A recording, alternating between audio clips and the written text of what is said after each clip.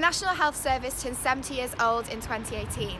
Over these 7 decades, the NHS has been a perpetual force for good in the lives of all UK citizens. However, in more recent times, the service has come under huge strain. Recently, decisions have been made to increase the NHS budget by £20 billion by 2020, even though £140 billion, 20% of total public spending, is currently being put towards it. Despite this, targets are still being missed. Here we are outside the Royal Devon and Exeter NHS Foundation Trust, where the story is the same as it is in much of the UK.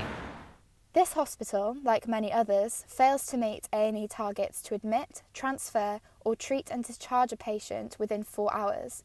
It fails to meet targets of treating cancer patients within 64 days of urgent referral, and it fails to meet the planned operations and care target of 18 weeks. Currently, figures are the lowest since records began. We took to the streets of Exeter to find out what citizens think of the state of the NHS today. A bit worried about the amount of money that it's got to take.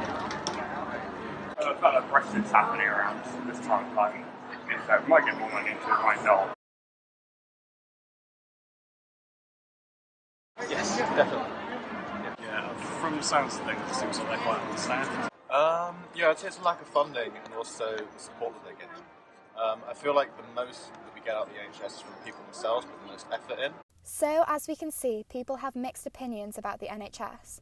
A report from The Guardian shows staff from 68 hospitals say patients are dying prematurely due to understaffing and underfunding. At the height of the winter earlier this year, beds were 99 to 100% full in 19 trusts across the UK, which has been claimed to be a danger to patient safety. Speaking to an anonymous junior doctor, we found that staff are yet to see the effects of extra funding and are frustrated that the decisions come from politicians who have no idea what actually goes on day to day on the ground of hospitals and other healthcare settings. She goes on to say, "There are too many patients, not enough resources. It makes it very difficult to do our jobs with the amount of compassion and care that we would like." Google, who are heavily involved in the developments of AI, report that AI can detect certain diseases with the same accuracy as doctors. Take the example of metastatic breast cancer, cancer that is spread through the body, which is very hard to identify and treat. Small metastatic material can be missed by up to 67% of the time. However, this new algorithm can greatly improve accuracy. The algorithms can also reduce the time taken to identify cancers by 50%.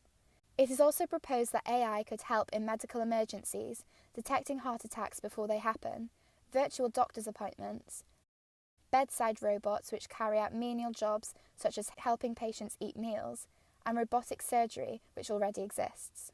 Once again, we went into Exeter to ask you what you thought about AI. So I think anything that can help, and things for the future is a good way to trial it, see if it works, and then move forward. Yeah, programming a robot to do that quite hard. But I mean, if it's done correctly, it's all procedures, it's safe. It could be the next big step for the NHS.